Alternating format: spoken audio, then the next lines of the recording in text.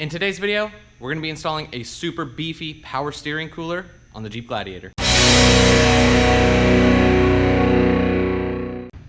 Now this power steering cooler kit from Apex is available for both the Jeep JK, the JL, and the Gladiator.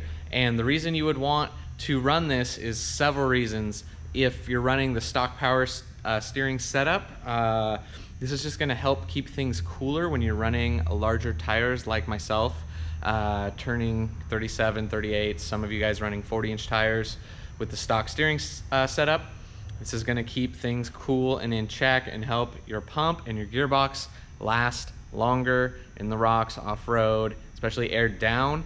Also later down the line, if you're gonna put in something like a PSC with like a hydraulic assist or something different, you're gonna need an upgraded power steering cooler anyways. So preventative maintenance, peace of mind, and it also plans for the future. So let's jump into it.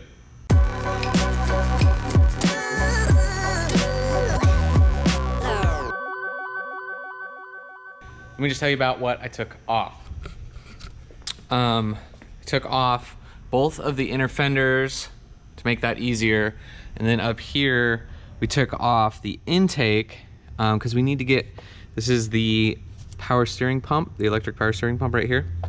So we're gonna need to get in there. So access to that, as well as remove the grill, the front bumper. The cool thing is, I'm hoping I can get away with this, the winch plate, it just rotated down, so I don't have to take the winch fully off, which would be super nice. And this is the low pressure return line for the pump that we're going to be cutting out and hopefully mounting the cooler right there. Also, I took out the fender liner on the driver's side as well. Hopefully that's all we need to take off, and let's get this thing installed. We're gonna go ahead by cutting the low pressure line first. I set up a funnel in here with a hose down to collect all the fluids, so it's not getting all stuck pulling up here in the skid plate down there.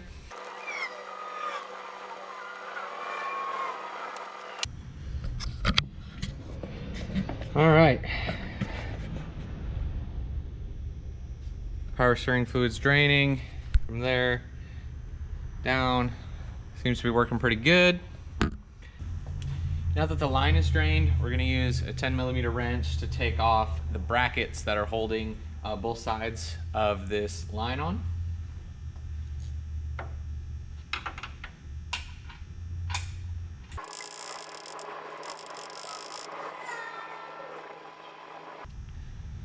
This bolt's really long.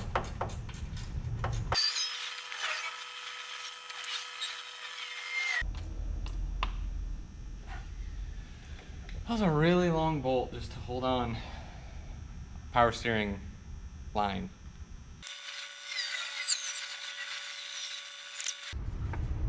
Underneath the truck on the passenger side here, to disconnect that line that we just cut, it's right here. It's not this one, it's over here, and it's gonna be hard to see, but way up, if you can see, right here where my finger's touching, we're gonna take off this clamp and pull this line completely off the power steering pump.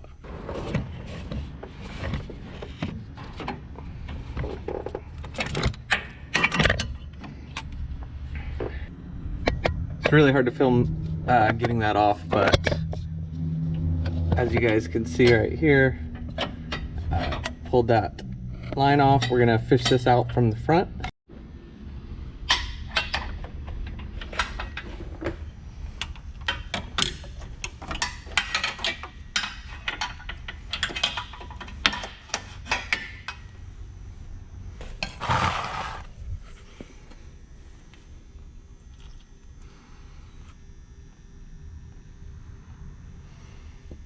The driver's side is much easier. On this hose, we're actually going to reuse the upper part of this. So we're going to cut this hose down low close to this fitting. And I'm just going to use a pair of snips here.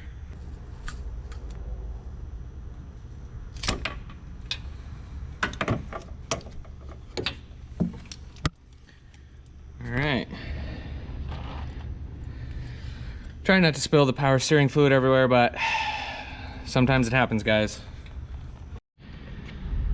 All right, so we're getting ready to mount the cooler in here, but the problem is, since we have a winch, we have to push the cooler back further, and it hits the sway bar disconnect hanger. If you follow JL Life off-road, you'll notice that they ran into this exact problem. So I'm gonna take a play out of Mo's playbook here, and we're gonna bend this thing down to get the clearance. If you guys aren't already checking out JL Life Off-Road, they're a husband-wife team, both with 4-door JLs, not afraid to wheel, super awesome people, like their videos. So shout out to them. I'm gonna link their channel and video down below. Would be super cool to wheel with them sometime. Maybe we'll see what happens. I'm trying to use a little bit more grace when I'm tapping this thing down than Mo did. He just gets in there and just wails on it, but get a block of wood in there and tap this thing down, hopefully. Mo, you might have had the right idea to just whack the crap out of it.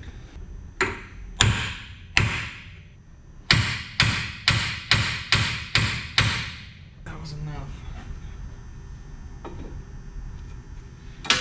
Not even close. All right, so I was finally able to tweak the sway bar mount down there, and the hammer wasn't working, so I ended up using this guy on there with the cheater bar, and just was able to just bend it down enough. So now I got the cooler pretty much more or less where I want it, and the only thing it's hitting is the grill just a little bit. So I'm gonna take off these mounting brackets, and I'm just going to cut off the top part of them so that way we have no more interference, only because I'm running a high clearance winch, high and tight. Otherwise I could just flip this the other way and it would work, but it hits the winch. So easiest way, just gonna cut these.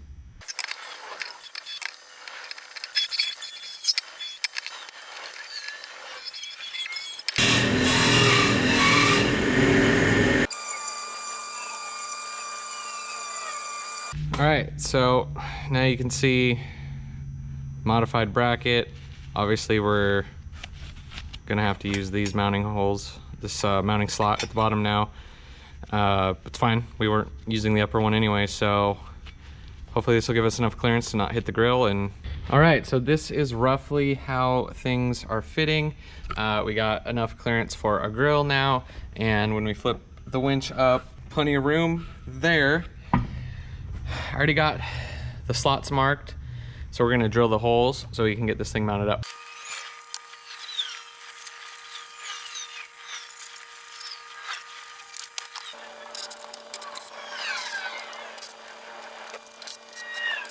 So now that we're ready to finally install the cooler in its final spot, we're gonna go ahead and install these fittings here. They got O-rings on them, so you don't have to tape them up or anything.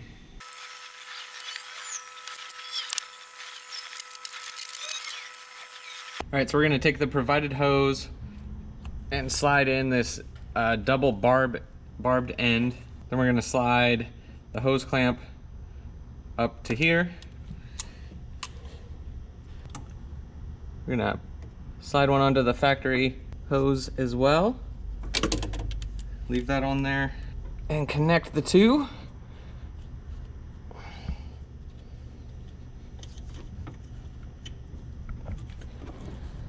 Like so.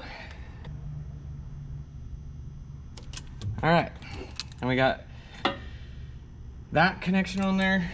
Then I eyeballed the length of the hose to connect to the power steering cooler, and we are going to slide a clamp over that, see if we can get that in place. This one's a bit difficult to see on camera, so I'm just gonna hook this one up and come back in a second. All right, so then on the passenger side, I just removed the mounting bolt for a second and went ahead and we'll slide this end on, and we will put our hose clamp on there. Put this mounting bolt back in and then just connect that to the pump side. This one was, once again, this was hard to film and work, but you can see this is the hose underneath the passenger side, the clamp installed on the pump. All right, so that is how it's gonna sit. We're gonna put the truck back together and then fill the system and bleed it and everything. All right, now that we got everything put back together, all that's left to do is put some power steering fluid. It must be synthetic for JLs and JTs. I'm not sure about JKs, but for the electric pumps, it's gotta be synthetic. So, to note, you have to fill this up, and then the pump doesn't start working until you start turning the tires. So I jacked up the front end just to make it easier. So I'm gonna fill the bottle all the way up the first time, hop in the cab, spin the tires back a few times, hop back out and fill it up until that thing is full.